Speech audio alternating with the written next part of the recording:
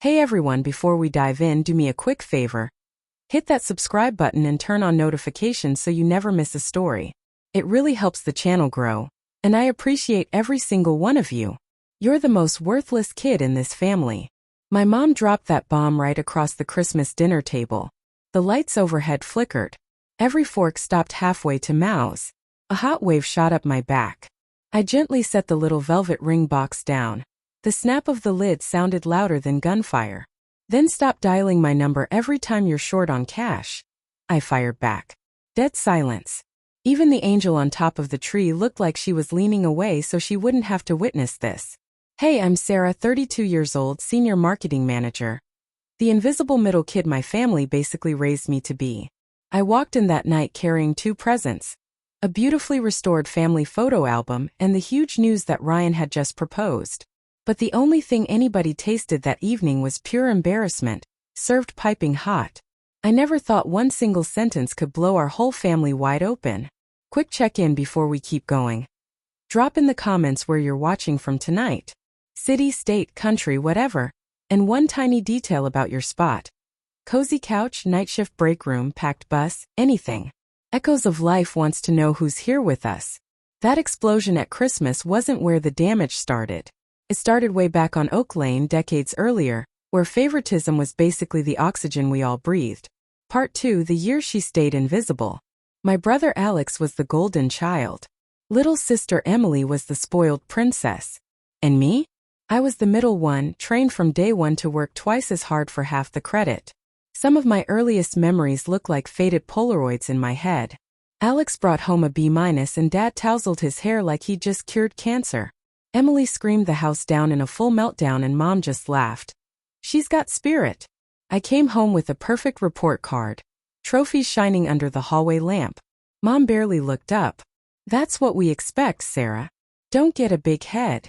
Love in our house came with a measuring cup. Alex got standing ovations.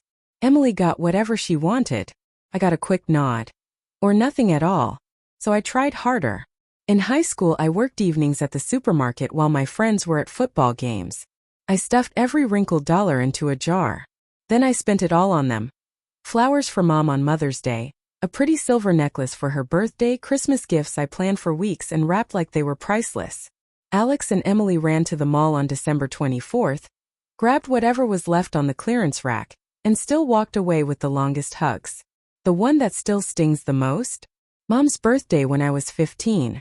I'd saved for months to buy her a delicate pearl necklace. She opened it, gave a tight little smile and said, "Thanks, honey." 30 seconds later, Emily raced in with a $9 bottle of body spray, still in the plastic drugstore bag. Mom squealed, crushed her in a hug and gushed, "You always know exactly what I love." I stood there holding an empty box, invisible all over again. I kept telling myself that if I just tried harder, one day I'd finally earn what they handed out for free. I had no idea those little hairline cracks were just waiting for the big quake. Grown-up life didn't fix it. It just gave them new, quieter ways to use me. The same imbalance followed me into my 20s like a shadow that wouldn't leave. Alex became a doctor. Emily became a lawyer. And somehow I became the dependable one. The emergency contact. The human ATM. It started small, helping with a car note here, covering an insurance bill there. Then Dad's surgery. Then Emily's bar exam fees. Then emergencies that magically happened every single month. At first it felt harmless, then necessary, then just expected until my paycheck basically wasn't mine anymore. Part 3, the ring, the album, the crack. I canceled vacations with Ryan, skipped date nights, told him we were saving for the future. Never admitting I was actually saving Alex's ego and Emily's career. Mom called it helping family. Grandma called it sacrifice.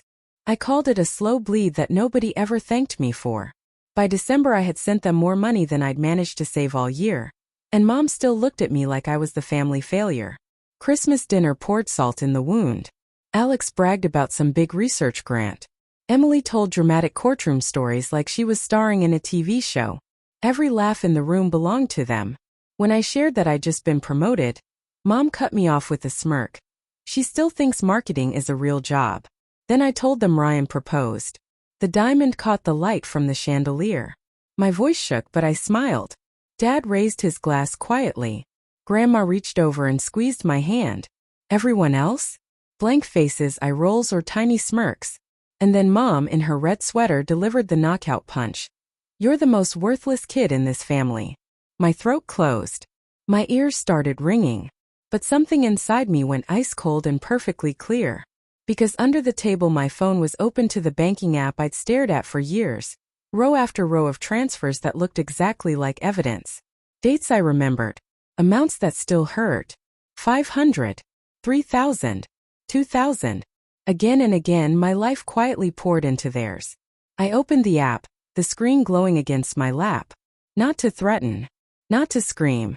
Just to finally see the truth in black and white. For the first time I didn't make myself smaller. I was done shrinking. Real talk, what would you protect first? Drop a 1 in the comments if you'd keep the peace. Drop a 2 if you'd protect your dignity. Echoes of Life is reading every single one. I don't even remember standing up. Next thing I knew my chair scraped loud across the floor and the whole room froze. Even the Christmas playlist seemed to hit pause. Mom lifted her chin like I was a toddler throwing a fit. Sit down, Sarah. You're embarrassing yourself. A short, sharp laugh slipped out of me. This isn't embarrassing, Mom. You just called me worthless in front of the entire family. She raised her wine glass like a shield. Don't be so dramatic. Families speak honestly. Perfect, I said. Then let's be honest. Part 4. Receipts on the table. I reached into my bag, pulled out my phone, and turned it around so everyone could see. Quiet little transfers lined up like soldiers. September 15th, $1 500.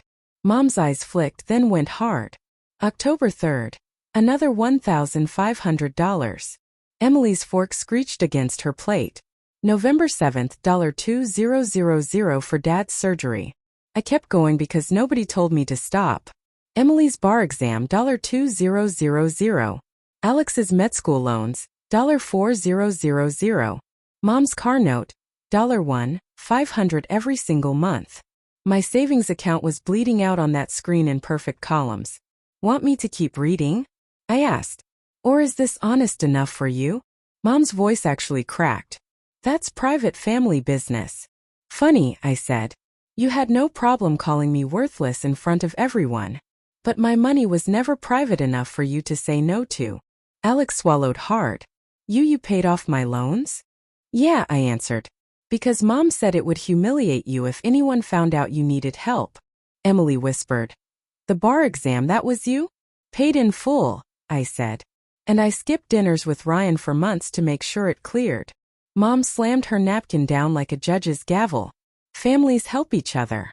No, I said, voice steady for the first time all night. Families support each other. They celebrate each other. They stand together. You hid it. And then you called me worthless while you were spending my paycheck. Grandma Rose straightened up in her chair, her voice cutting through the room like glass. Patricia, she said, looking straight at my mom. I have never been more ashamed of you in my life. She seemed to shrink right there in her chair, trapped, her perfect facade cracking. I was keeping our family safe, she muttered.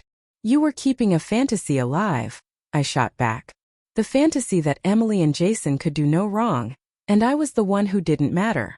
I slid my phone into the middle of the dinner table. Nobody moved to grab it. For years, I went on, you had your perfect kids and you had me as the emergency fund. Tonight that fund is officially empty. The room went dead quiet. Even the holiday tunes playing softly in the background seemed to disappear. I scooted my chair back, grabbed my jacket.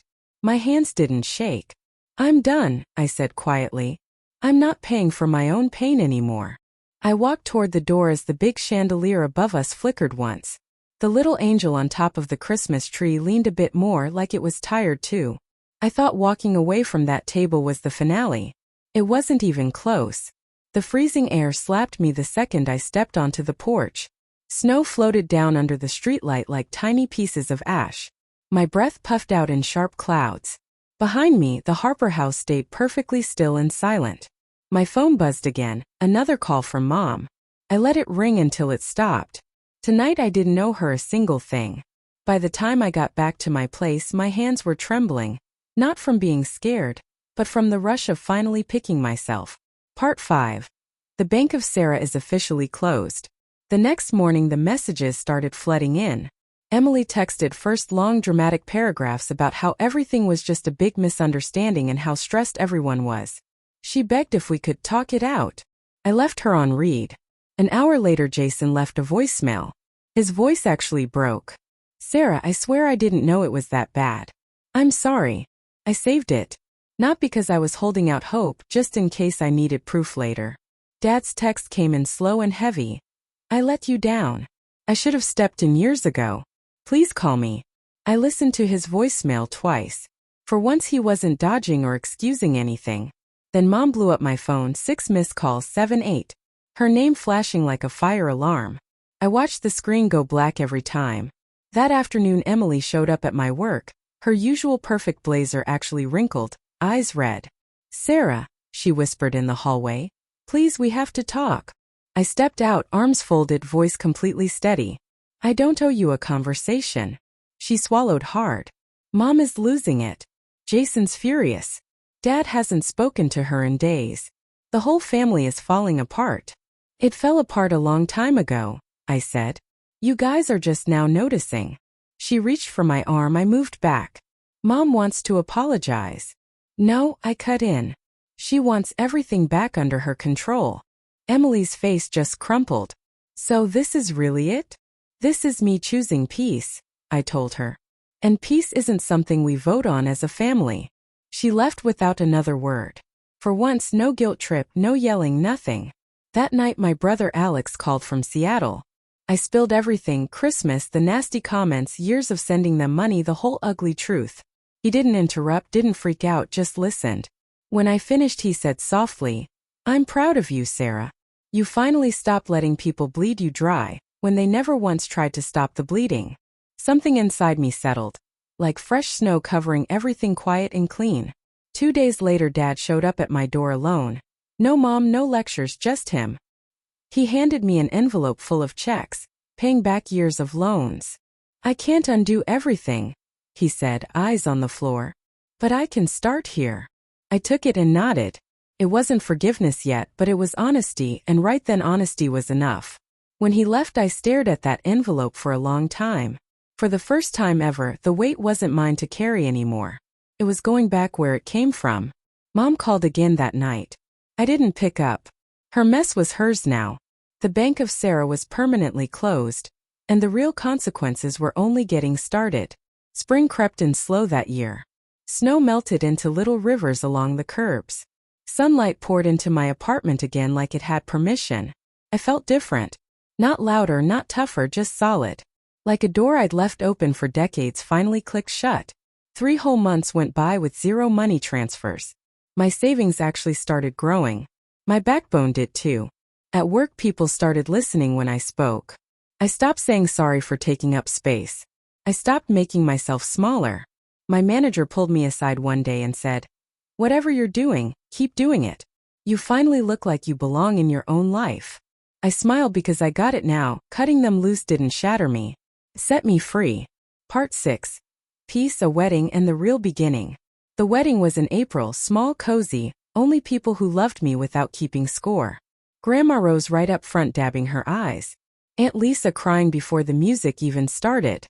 Dad walked me down the aisle, his hand shaking against mine. Halfway down he whispered, "I should have protected you. I see it now." It wasn't a perfect moment, but it was real, and real was all I needed. Mom came too. She looked put together on the outside, but fragile, like one wrong breeze could knock her over. When she hugged me her voice cracked. "I was so wrong, Sarah. I'm sorry." I hugged her back lightly and said, "I hear you. I'm not ready to forgive or forget, but I'm letting it go." After the reception I slipped outside by myself. The fairy lights above me glowed soft and warm. I pulled out that old photo album, the one nobody bothered opening on Christmas. Page after page of proof I'd always been right there, even when nobody looked. I closed it gently. No more anger. Just clear boundaries. Just me. They thought calling me worthless would destroy me. Turns out it was the exact push I needed to finally choose myself. And choosing myself changed everything. If this story hit home for you, please give it a thumbs up. Share it with anyone who's tired of being everyone else's ATM. and subscribe to Echoes of Life for the next chapter.